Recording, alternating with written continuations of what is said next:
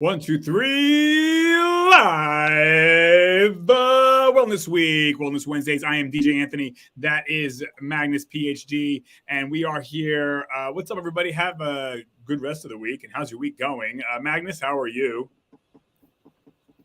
I'm good. I'm good. Yeah, we were talking a little bit off air here that we haven't had a real heat wave. I mean, you've seen that a lot, like around the whole world, many places.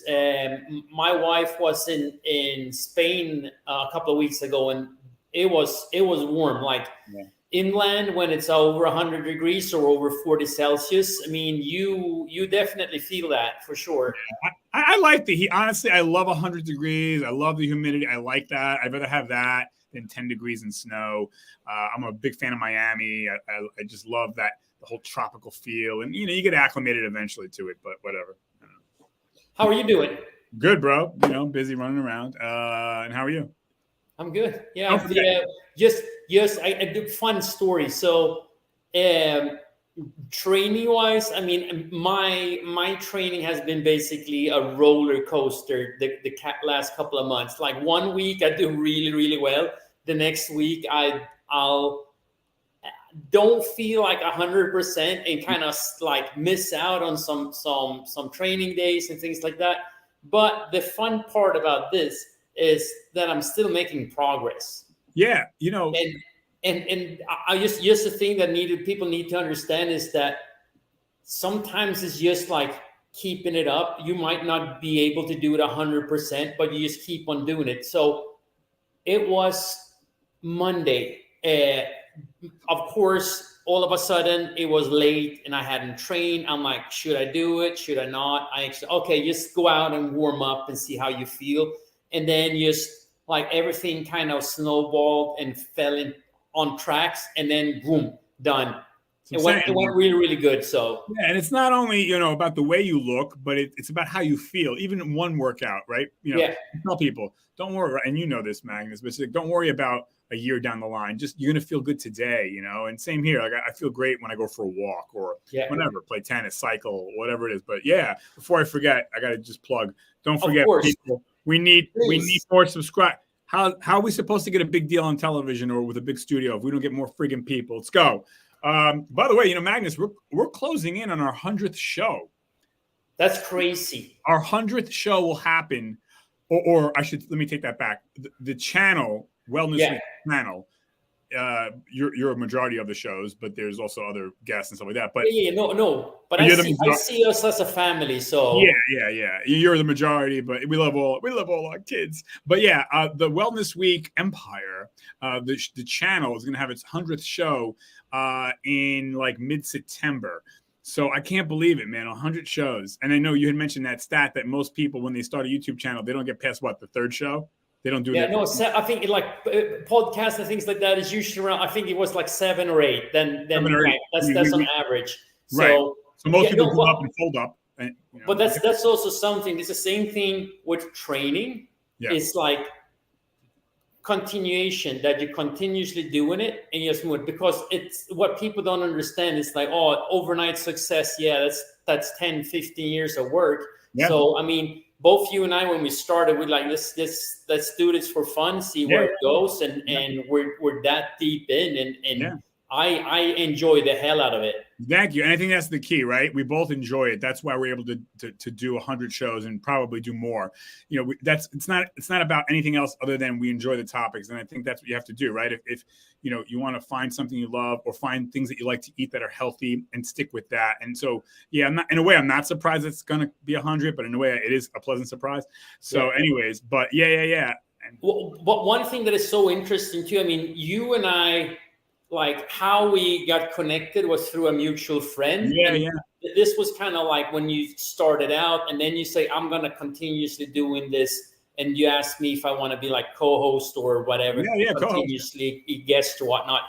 And I thought it's such a great idea. And it's so funny also how much I learned about you without really talking. We're not really talking about ourselves. Right. We are in some way or form, because it kind of leaks into our discussions and what we're talking about. So that has been a really interesting way of getting to know someone way closer. I feel like I've known you for 30 years. And to the viewers, Magnus and I, we've never met. We've never been face to face ever. Nope. He's on the West Coast. I'm in the East Coast. He's in Cali. I'm in New Jersey. So that's even more. Even I forget. I'm like, yeah, I got to go see Magnus. Oh, shit. Wait, I've never met Magnus. Yeah, so it feels like I've known you. You know, so it's the wonder and the magic of, technology, you know, that it really the best of technology. It does bring and that's the thing. Like a couple of things that I really enjoy about like technology and when you're using it, like in my kind of view is like you're using it the right way. Like you're connecting with people, you're educating yourself, you're trying to educate others, spread information. Hopefully people don't feel like it's bullshit information. Good stuff. Right. And those things are like, it's such a good tool, you know, like being able to sit down. This would have cost thousands of dollars to produce earlier on. Oh, you know, even 10 years ago, get it on TV. In the 1990s, it would have been tens of thousands, hundreds of thousands, right? So it's right. Okay. Let's get going. You're a blessing, Magnus. God damn it, a blessing. Okay. So are you. Hey, so I'm really, really blessed to be able to do this with you. I feel honored. So someday we're going to be getting our award. Thank you for the Golden Ruler. Thank you for the Emmy. Yeah, thank you, Magnus and I. So, and we got to bring Stephanie along too. Okay, so let's talk about the two topics tonight. It's a 2-topic show. So number one, I was thinking, look, us Americans, we say one thing, but we really do another. We say we want to be healthy, but we really don't. Action speaks louder than words. I said, you know what? If you can't beat them, join them. Let's talk about the 5 foods that one would have to eat to increase their heart disease risk and increase their cancer risk and or give yourself a heart attack and or give yourself certain types of cancers. And I get it. Genetics can happen. Anything bad can happen to anybody at any given time. But I'm talking about what if you want to raise your risk? What if you want to give yourself the best shot of getting certain cancers and heart disease? What are the 5 shitty foods you got to eat or consume to raise that risk? Because we really don't give a crap about ourselves in America. We talk. We're not into health and wellness. We're into talking and popping pills. Okay. And then the second thing was the hygiene theory. So we're talking about there's a theory out there that says, you know, we're just too clean, you know, in America and in modern countries that, we're washing our hands with antibacterial this, antibacterial that, and antibiotics, and everything has been wiped down, sprayed down. That's actually hurting us. So the hygiene theory, we're making ourselves sicker by wiping everything down antibacterial. Okay, so those are 2 topics. Okay, so let's go back here. Okay, so, what would be the number one food? I'll start it off. If I had to tell somebody, if you want to increase your cancer risk, if you want to increase your heart attack risk, I would say the best thing to consume would be soda. And any regular soda or even diet soda. Diet soda if you want to increase the cancer risk, and regular soda if you want to increase the heart attack risk. So I would say soda, the liquid cigarettes would be one of the top things one would have to consume. Even if it's just once a week, that'll increase your risk. So now, I drink soda once a year probably, but I'm going to be a big boy. I'm not going to act like shocker. It's bad for me. Like it's bad, like really bad. And so I'm assuming that risk. Let's own it, people. Let's not pretend it's bad luck. Most of the time it's not. So I'm going to just say I assume the risk if I drink a soda, but that is a thing to drink if you really want to increase bad things. Okay, what would be your next one, Magnus? Something that you would consume if you want. I'm gonna do a group. So basically, we like yours is basically sugar. If we're kind of looking at like a big, I would say overly processed food, Frankenfoods. So your hot dogs, your chips, your everything. Yeah, you have everything that you find like in the middle aisles of a store. It's things that have a long shelf life. It's very processed. Right. It's closer to like it's not food anymore. Basically, no, it contains bits and pieces that are put together, and they're hyper palatable, and so we have a tendency to overeat them. Right. Oh, look, it says made with real strawberries. Yeah, right. Like that ain't no real strawberry in there. You know, whatever. And, right. So. And I think I always say God made over man made. If something comes in a box or something is wrapped or something is some kind of cake mix type of bread mix, candy cereal concoction, that's man made. Cold cuts, man made. You can basically say if it has legs, if it can swim, or if it's coming like out of the ground or from a plant, then that's kind of like more real food if we're talking about that, right. you know. Right. God made over man made. No wrappers, no packaging. Yeah. I eat an apple. There's no I eat a banana. Right. I have salmon. That's not. But don't get me wrong. I'm not perfect. I eat candy and cake and things like that once in a while too. So we're like once a week or so. But it's just that like continuously, like when we're eating it like every single day. Okay. Anyway, let's go to your second. Okay. Yeah, or even every other day if you right. Okay. So. I would say if you want to raise your certain cancer risks and you want to raise your heart attack profile to give your best chances to get a heart attack, I would say fry as much as possible. So you want to have French fries. You want to have fried chicken. You want to have fried this, fried that, fried. Fried ice cream, fried donuts. Anything donut is fried. Anything fried. So egg roll.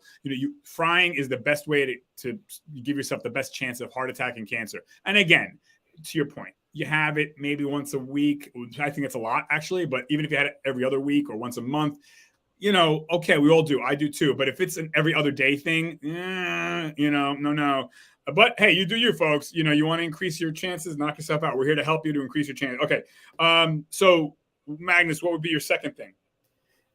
I would say, like processed sandwich. Again, I'm always the processed stuff. Okay, processed sandwich meats. You're talking your hot dogs, your bologna, stuff like that, Spam, all those things. Usually has a lot of salts and nitrates in them. Right.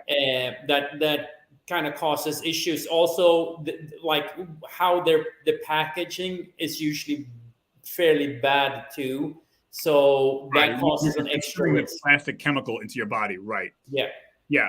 I mean, again, and again, the moderation thing makes me laugh because, doctors make me laugh when they say that. Just moderation. What the hell does moderation mean?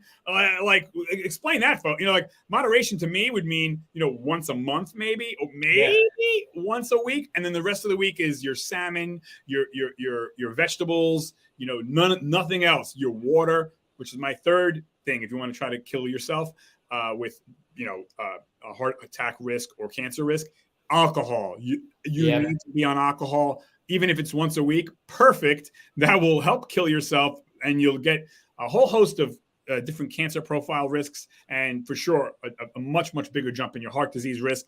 And so, even a drop, even just a tiny little bit. You can read any medical journal you want. They always say not a drop of alcohol is good for you. Nothing. So, but hey, I gotta live. Good. But then people are always gonna talk about the Mediterranean diets when but they're drinking wine. And say yes. The thing is that they have a glass of wine. It's not a bottle of wine. Yeah, but Magnus, and by the way, we're not giving any medical advice here, folks. Please always check with your doctor and your healthcare professional. We're just two friends talking about health and wellness. Okay. But Magnus, I'm gonna call bullshit, and I got to go research this, and I have not. But when people say a glass of wine a day is good, look at the Mediterranean. No. I think what they're citing is correlation, not causation. Yeah. So because Mediterraneans also smoke cigarettes a lot. So what? You should smoke cigarettes. But they also socialize a ton. Well, it's socializing. Listen, I've been to Italy. After dinner, everybody walks every single day, all the time for an hour. Okay. And then they don't have a fried chicken. They don't even eat chicken. They have salmon. They have or tuna in the Mediterranean. My point is the alcohol component in red wine. It's like eating an onion, but then you fry the onion. Eating a fried onion negates any health nutritional value to the onion. So red wine, it's actually bad red wine, I would make the argument, because there's a thing called alcohol in the red wine. Now, if you were drinking grape juice, different story. Has a lot of sugar, but the alcohol component is like frying something. You just killed all the nutritional value. So I think that red wine is a big no-no. I think it's erroneous for doctors or anyone to say, red wine. I think it's correlation, not causation. When they say, Italians and Spaniards and French, they drink wine and they're healthy. No, it's not because of the wine. And you alluded to this, Magnus. It's because they walk, they eat, they have better social networks. They don't eat fried foods. They don't eat a lot of candy and over-processed bread. They don't eat a lot of pasta, believe it or not. Mediterranean diet's a lot of fish and vegetables. So the wine is I think it's a correlation, not causation. But all right, Matt. But adding that too, like just looking at it also, like if you're drinking more than 5 servings of alcohol per week, you are like you might like that's kind of the risk of becoming an alcoholic. People think that like it's so talking about it, that it's such a small volume actually before it becomes really damaging. And that's again what you're saying. It's like even at small concentrations, it's dangerous. I mean, looking at it, alcohol, ethanol is it's actually a nerve poison. So it affects it damages our nerves and things like that. It damage our brains. That's why you see people that have been drinking a lot of alcohol that have issues with shakes and things like that, because it has deteriorated their central nervous system or nervous system that far that is not functioning. That's why you start shaking. So yes, alcohol is a big risk.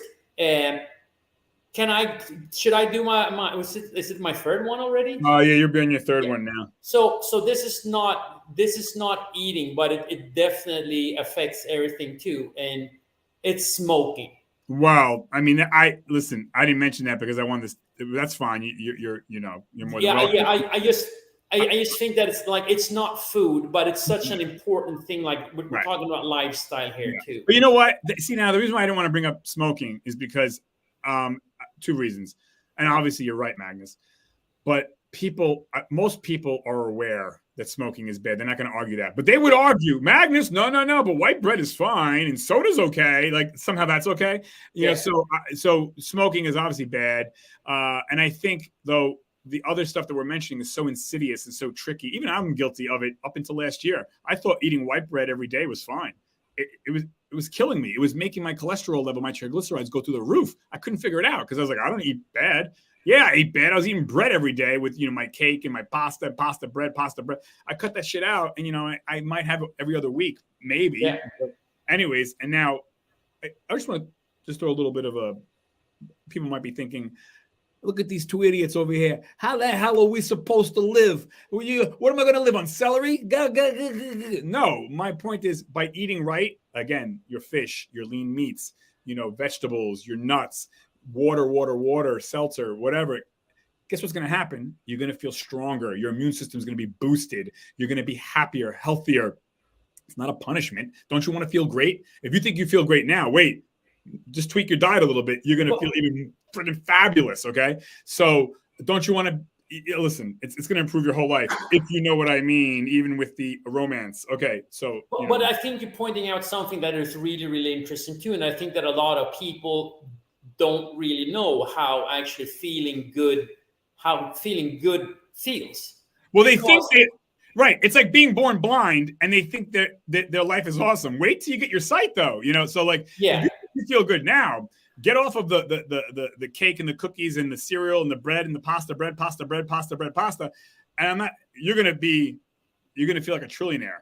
So, and that's a fun thing, because when looking at like several of my clients, this is like, or most of them, when it comes down to it, it's like in the beginning, it's always a struggle of doing something new. But once you get into it, like you're starting to feel like, wow, I'm feeling so much better. And then that becomes an addiction. And then that, okay, that whatever bad food or whatever we're supposed to call it, or the food that we shouldn't eat a lot of, when you start eating it, it's like, okay, my stomach hurts, my joints hurts the next day, I get a headache, things like that. And you're starting to be more in tune with your body, and it's not worth it. That's why I'm like, I'm not, when I drink, I seldom drink nowadays. And when I do, it's like a glass of wine or a beer or a cocktail.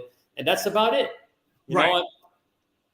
Yeah. So that's what I'm saying. It's like, I feel amazing. I feel better than I ever have in my whole life. And I don't even, Magnus, I almost can't even eat white bread. I almost can't even eat cake. It's my body rejects it almost now. And I was a guy eating white bread and cake about a year ago. I would have it almost every day. Yeah. And so now it's like my body rejects it, but it's not a punishment. I feel amazing. I get my carbohydrates from vegetables, not from white bread and flour stuff. And again, I get it. You have a pizza once a month or something, fine. But anyways, okay, what about this one? Well, what I was just saying, the bread, the pasta, white flour, anything, cake, cookies made from white flour. Again, in my opinion, you shouldn't have it maybe on a Saturday, and that's it. Like the rest of the week is vegetables.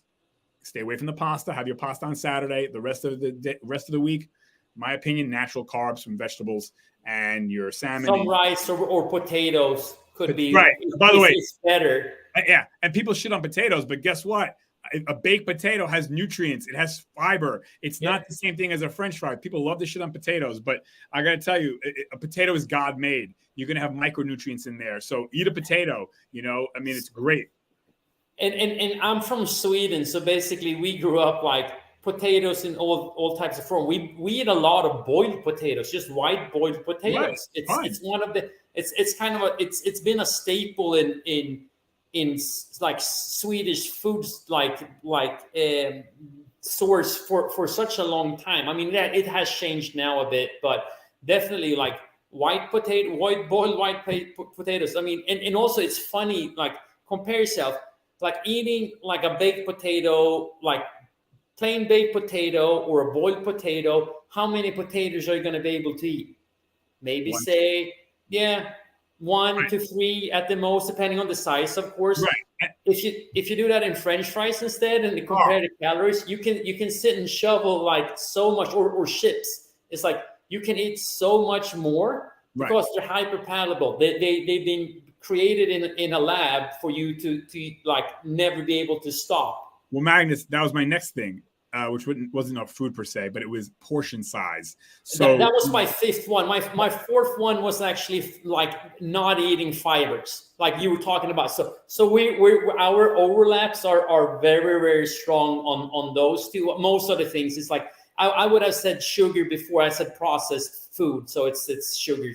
So again, it's and I think that we have talked about these kind of usual suspects for like forever, ever. And then you know what? We're going to keep on talking about it because every time I go on social media, everyone's free to do whatever they want. People want to put photos up of, the mega hamburger or hot dog, fried, double Coke, fried.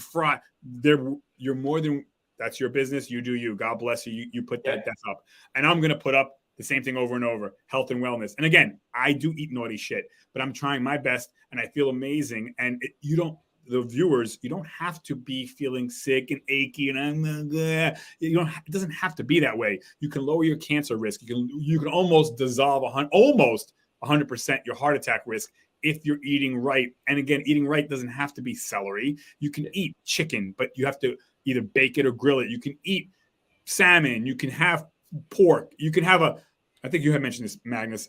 If you have a grass-fed, organic, free roaming steak, a cattle, not processed, crap from the fast food meat, but things like that. Anyways, God made over man made. But all right, but that kind of is also interesting, like when you combine it, because it comes down to the omega oils, like the ratio, because like looking at it today, like omega-6 to omega-3. Omega-3 is the omega that you want.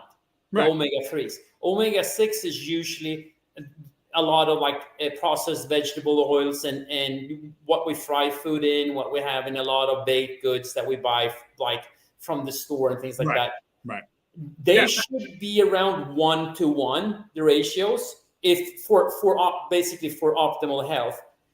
Like in the States, we see a ratio between like 15 to 20 to 1. So we're talking about we basically eating 15 to 20 times too much or like too little like omega-3. Like, so we bombard ourselves with omega-6, which leads to inflammation, which leads to all types of diseases that we talked about. So why you should, like, if you don't eat a lot of omega-3 rich foods, like your fish, you have it in sardines, seeds, seeds and nuts and things like that. Right. You should. Yeah.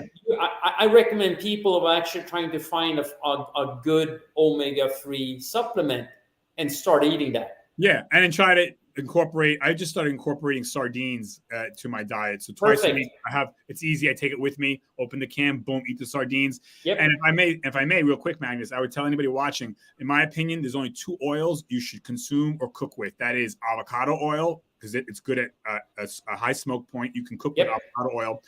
And olive oil. That's it. You can argue maybe not cooking with olive oil because it has a lower smoke point, but you can drizzle olive oil and everything. So I only use avocado oil and or olive oil, and those are the only 2 oil. I am not cooking with anything else, or I'm not.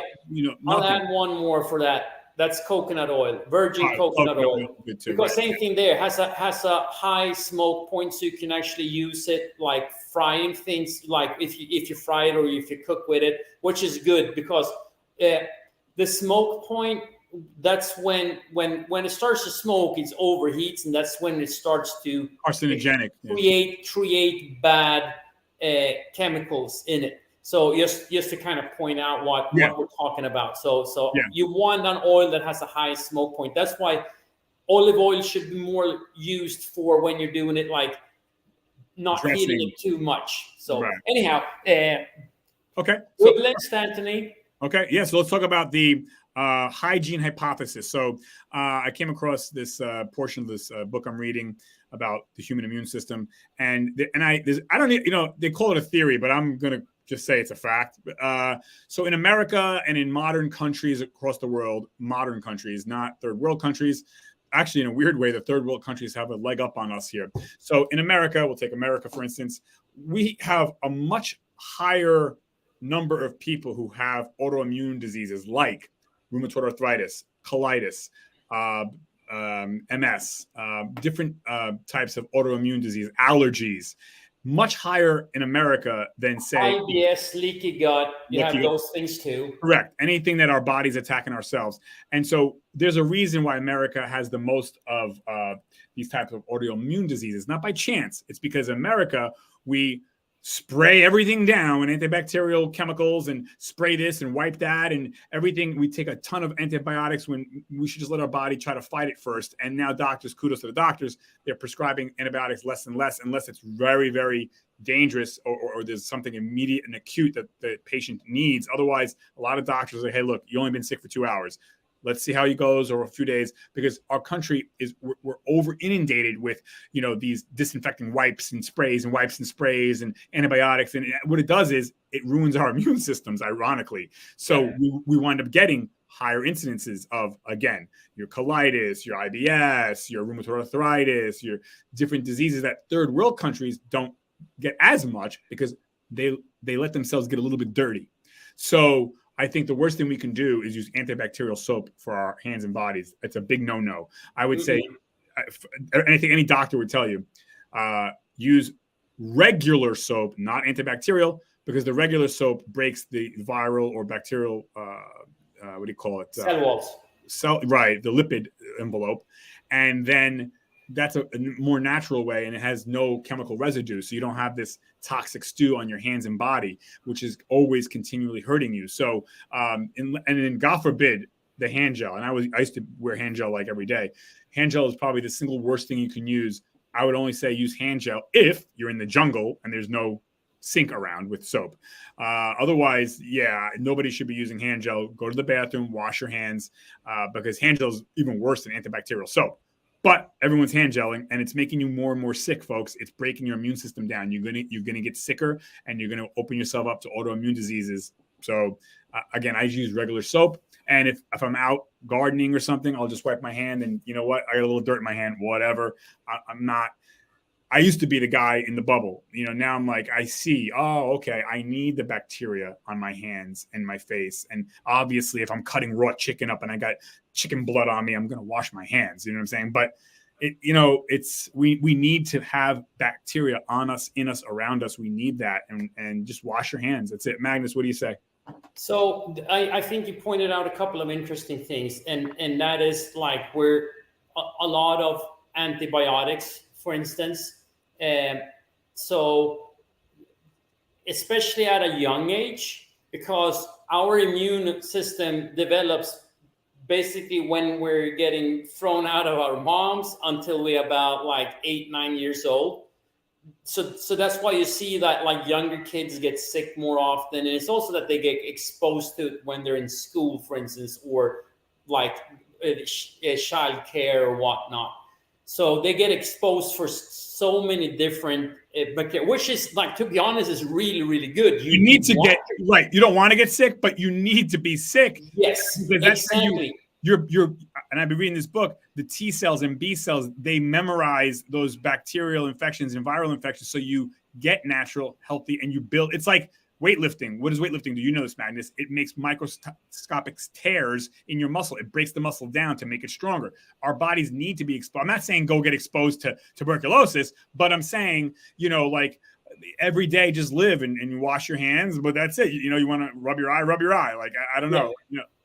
And I think it has a lot to do with lifestyle, because antibiotics is one thing, but you're also looking at, like, if you reduce the types of micro flora in your stomach, you are going to be more open to get sick from other bacteria and viruses. So that's why it's important. You want to keep, this is something that is like that you actually can control quite a lot with what you eat, because your microflora can change as quickly as in 4 days. You can when you start improving. And that's another thing, like eating raw vegetables. Yes. For instance, cabbage, that comes out of the ground.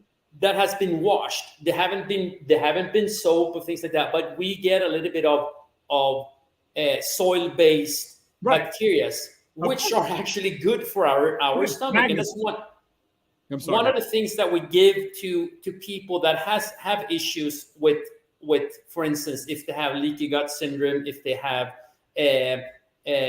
SIBO, things like that. We are actually putting in bacteria that comes from the soil, so it could actually flourish and be happy inside people's guts. Right, Magnus, when a woman gives birth, especially through cesarean section, okay? Yeah. Today, a doctor will, I hate to be TMI here, folks, but literally the doctor will take the woman's, vaginal fluids and rub it into the child's mouth. Yep. Nose, mouth, because that's what we get a lot of, like, that's how important bacteria is. Yes. And this is for cesarean sections, not natural birth, but that's how important it is to have bacteria that they're putting it in kids' mouths, like right from the mother's, so, and that's pretty, during the childbirth, that's got to be pretty damn dirty down there. But you know what? That's how important it is for us to be exposed. If women can, and not all women can, but if you can, breast milk from the breast. Why? Because there's healthy bacteria in there. We need the bacteria that boost the immune system. There's been studies that children who are breastfed from the mother's breast have healthier immune systems as adults. That's not me making that up. Go look it for yourself, folks. And again, I get another thing on top of that. Like, breast milk is like super, super important for the baby to have. So like formula would never be able to cover the things that you get in breast milk. Right. The other interesting part, and this is something like for all your moms out there that considering maybe stopping breastfeeding, like some people can't breastfeed. So I'm not talking, I'm not trying to say that. But breastfeeding actually helps you reduce like the baby weight that you got. It actually, like, when you're breastfeeding a baby, your body is actually gonna like use a lot of that energy. So you're gonna drop your body fat is gonna drop. You're gonna drop weight. You're gonna drop body fat. So like the longer that you can actually like breastfeed your baby, the better. I'm not talking Game of Thrones that you're gonna breastfeed your kids until they're 12, but you know what I mean. But and partly because it's the healthy bacteria. Again, we were so sanitized in this country. I had a friend of mine. She told me many years ago, in her country, she didn't grow up in America. She grew up in South America, and she said, Anthony, as children, the doctors would tell our mothers to open up a banana, roll the banana on the floor, and then let the kid eat the banana. And I was, at the time, I was like, that's crazy. But now, as I'm older and I'm reading, I'm like, you know what? That makes sense. Like people who have dogs and cats or pets, that bacteria that those pets harbor make your immune system stronger. I'm not making that up. Go research yourself, folks. Now, I understand that not everybody can have a cat or a dog, but facts are facts. So, always spraying down and wiping and spraying and wiping and spraying, that you're just making yourself weaker. So, but anyways.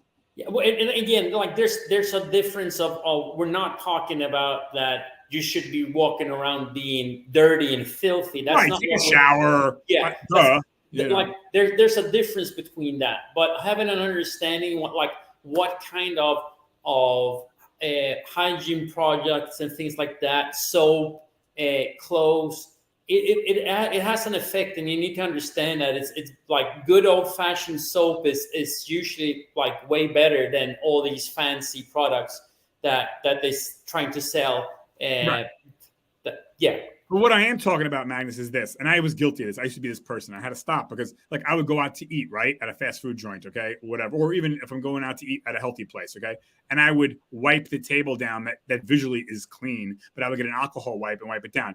No, don't do that. Or I would be afraid to, open the door handle, or I would, just wipe down my own counter at home. There's nothing on the counter. Like, you're making yourself more sick, and so, and I would use hand gel. I would use hand gel every day. Now I got rid of my hand gel. Like I just go wash my hands, non-antibacterial soap or non-antibacterial wipes, and I just wipe my hand. And I'm learning that bacteria is my friend. It's okay to get sick. You don't want to get sick, but and again, if you're eating healthy and sleeping right and exercise, that's another story. But anyways, the hygiene hypothesis, back to that, it's what is making our country have more allergies than any other country in the world. It's making our country have more MS, more colitis, more whatever, all the itises. It's being self-induced, where other countries either don't have this problem or they have a very, very small problem. And it's not by luck. It's by they have bigger bacterial profile that we don't have here because we kill everything. And that's not good. You're talking to a biochemist here. So your house should not be a clean room. Like it should not be like you're walking around with UV lights, that you're going in and like washing yourself, changing clothes every time you step in and out. It's about being smart. I mean, yeah, of course you don't want your house to be dirty. There's a couple of things that you can do, which is funny, which is like similarities, what differences between living in Sweden and living in the States. It's like washing our hands, basically every time you when you get in from outside, you can wash your hands. That's fine. But also one thing that's kind of what we usually do in Sweden, because we live in where it's winter and things like that, we take off our shoes basically as soon as we get into our own house. I do that too. I think that's a good idea. Yeah. So a couple of things. The same thing. You can wipe your dog's feet off once in a while, but you don't have to overdo this. It's the same thing. If you're not laying down on the ground and licking the floor constantly or handrails or something like that, you're gonna be fine. Right. It's okay to shake someone. Lifestyle is kind of we were talking about this before. What has more impact is what you eat. That you're eating a nutrition dense, healthy food. That you're sleeping. That you're taking care of your stress. That you're drinking enough water. That you're not eating a lot of pharmaceuticals, drugs, alcohol, things like that. Everything that we kind of talked about, started out, has more to do if you're healthy or not. Not if you're taking a shit ton of antibiotics or antibacterial sprays and things like that. So think about this. If you want to have a bigger impact, think about your lifestyle, what you're doing. Right. That's gonna keep you healthier and not getting sick. And it's the same thing. I mean, I haven't had a serious flu in I think it's over it's over 5 years. Me too. Last time I got sick, I'm not talking about a little bit scratchy throat. I'm talking about sick. I have to whatever, reschedule. Or high fever that you're like knocked out, basically. Yeah, it was 2017. And that's so anyways, I credit my changing my lifestyle and diet, leave it at that. But it's not by coincidence. So anyways, but Magnus and I, folks, we want you to be healthy. We want you to be happy. We don't want you to have a higher risk of cancer or heart disease. So we're doing a little tongue in cheek about the what to eat if you want to hurt yourself. We don't want you to hurt yourself. We're just trying to say stay away from those foods, and eat healthy, because we want to see you live and prosper and be happy. And you can. You can do it. I'm nobody special. I can do it. You can do it. So anyways, but yeah. And Magnus, anything else you wanted to add before we wrap up? If someone is watching this and wanted to get to know more about nutrition coaching, things like that, you can reach me down here on this email, and I'm glad to respond. And again, for the viewers, please ask questions, give us comments, share, we want to spread our word, and we want to hear from you. So please comment, and if you have questions, let us know, and we'll bring them up on the show. Yeah, people, don't you like Magnus's new hat? I think that's a pretty cool hat, Magnus. My Hurley. I got it from my wife.